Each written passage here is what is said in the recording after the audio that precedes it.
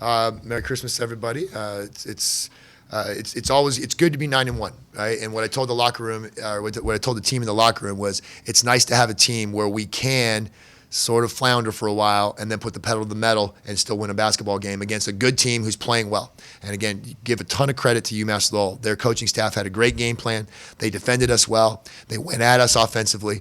They're very disciplined in how they get their players in position to do what their players are good at. And I think that's a sign of a really well-coached team. So again, ton of credit to UMass Lowell. That team's going to go have a good year.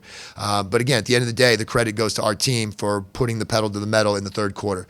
And defensively, our bench really came to play. And again, the woman sitting next to me, Alexa Coulombe, came in. I'm already looking at the stat sheet. She's got 4 rebounds, 3 blocks, 3 assists, and again, just gave us a lot of energy. Kaylee Edwards, I'd like to give another special shout out, along with Emily Daly. They both, again, we got a lot of players coming off the bench who gave us great energy, and it allowed our starters to get back in the flow a little bit.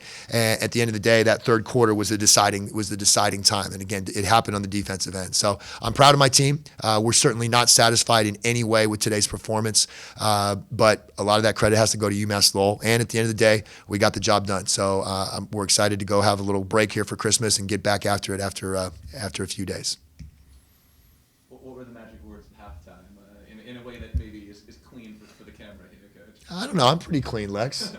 Yeah, no, he does. He's clean, but I think we just realized that we needed to pick up our energy and our intensity and really go out there. And we weren't playing like how we usually play, and we needed to start on the defensive end.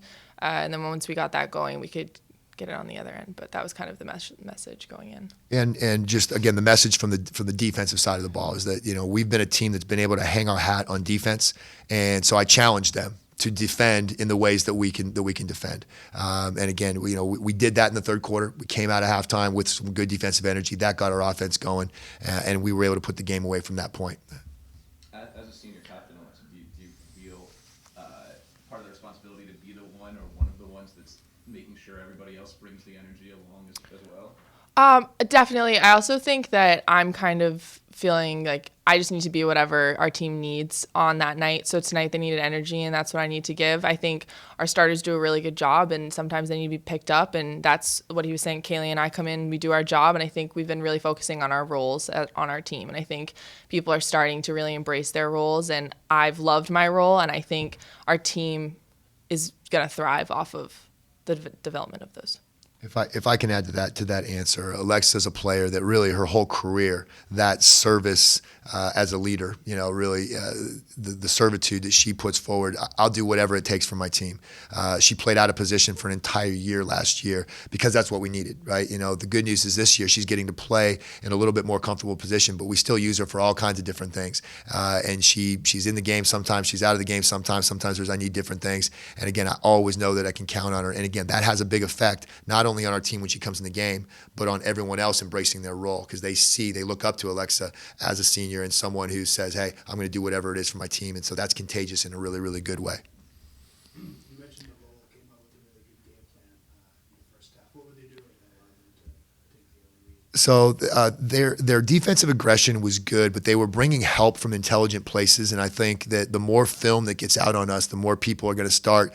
We've got some freshmen that are playing, and people didn't really know a lot about us. And so again, I thought UMass Lowell, again, they were able to look at some of the places that we've been scoring and find ways to make us look for something else. And that's where it's great to have a senior. Is again Lex had her one turnover was she forced the ball in when they were helping in on the post, right? But all it took was one timeout to say, guys, here's what they're doing. Here's where I need you to look. And the very next play, Lex threw a big old ball fake. Everybody went to the same spot that they'd been taught, and she hit a wide open player. And from there, now we've got the diverse, offensive attack. And you saw us get a lot of open layups. We still haven't shot the ball extremely well, and we're one of the best shooting teams in the country, but we were able to shoot 58% in the second half because we went and got layups. We got to the rim. We shot incredibly well from the foul line, and those things add up to wins. Another thing that is noticeable looking at the stat sheet, leading scorers at 12, 10, 9, 9, 9. A lot of balance. Is that by design, or is that just We talk about it a lot. It's certainly not, I don't have a ticker in my head going, oh, well, she needs more points or she needs fewer points. But this is 2 games in a row. We scored 71 points in our last game, and I think our leading scorer had 11. And as you pointed out, our leading scorer today has 12.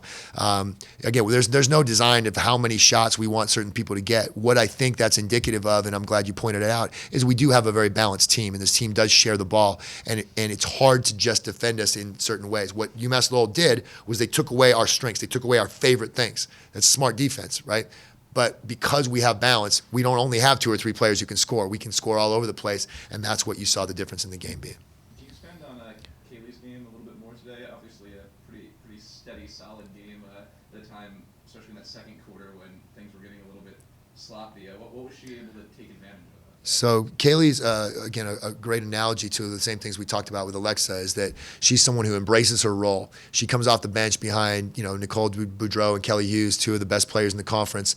And, she knows, hey, when I come in, it's time to give energy. It's time to go. She runs the floor extremely well. She defends. She rebounds. And again, she gets to the basket. She gets herself to, she had a great finish on a backdoor cut today. And she's a great passer. So again, she led us in assists today with 4 assists to 0 turnovers. And again, she's just a heady player. And so having players like that coming off the bench, what a luxury. And again, it's won us a lot of games.